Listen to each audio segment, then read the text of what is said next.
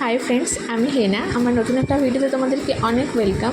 আমি অনেক দিন কোনো ভিডিও দিতে পারিনি। আমি প্রথম দিকে অনেক নাচের ভিডিও দিয়েছি, তারপরে ব্লগ ভিডিও কিছু দিয়েছি, কিন্তু আমি অনেক দিন যাবৎ কোনো ভিডিও দিতে পারিনি, কারণ আমি খুবই অসুস্থ ছিলাম। ভিডিও করার মতো ক্ষমতা আমার হয়নি, তাও যেটুকু পেরেছি শর্টস দেওয়ার চেষ্টা করেছি, কিন্তু বড় ভিডিও দেওয়ার মতো আমার মেন্টালিটি বলো বা কোনো কিছু আমার ছিল না, আমি দিতে পারিনি। এতটাই অসুস্থ ছিলাম, কারণ আমি প্রেগনেন্ট ছিলাম আর আমার শারীরিক কন্ডিশন এতটাই খারাপ ছিল যে আমি দিতে পারিনি।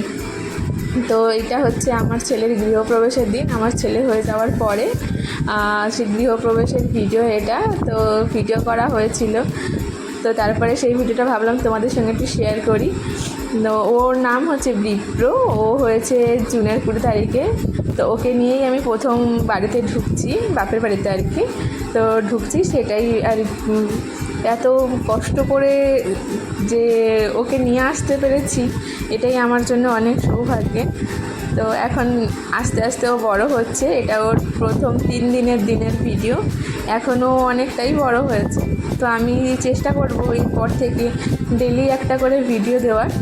তো আমার ছেলেকে সবাই আশীর্বাদ করুক যেন ও অনেক সুস্থ থাকে, অনেক ভালো থাকে, যেন ভালো একটা মানুষ হয়। তোমরা এই আশীর্বাদটুকুই করো। অনেক কষ্ট করে আমি ওকে নিয়ে এসেছি, তো ওর জন্য শুভকামনা দিও, এইটুকুই বলার। তো আমি চেষ্টা করবো এবার থেকে ডেলি ভিডিও দেওয়ার, যে ভিডিওগুলো যাতে আমি কন্টিনিউ করতে পারবো। যদিও শর্টস ব্লগ দিই বা শর্টস দিই, আমি ডেলিটা করবো। আর আমার ছেলের নাম হচ্ছে বিপ্র মল্লিক। ওর বাড়ি হচ্ছে চাকদা, নদিয়ার চাকদাতে। ওর বাবা আমার শ্বশুর বাড়ি চাকদাতে। আমি আছি বাপের বাড়িতে। আমি বেশিটা সময় বাপের বাড়িতে থাকি, কারণ আমার বর আর্মিতে রয়েছে। তো সেই জন্য শ্বশুর বাড়িতে কমই থাকি, সেই জন্য কমই থাকা হয় না বললেই চলে। তো এতদিন ভিডিও না দেওয়াতে পারার জন্য আমি খুবই দুঃখিত।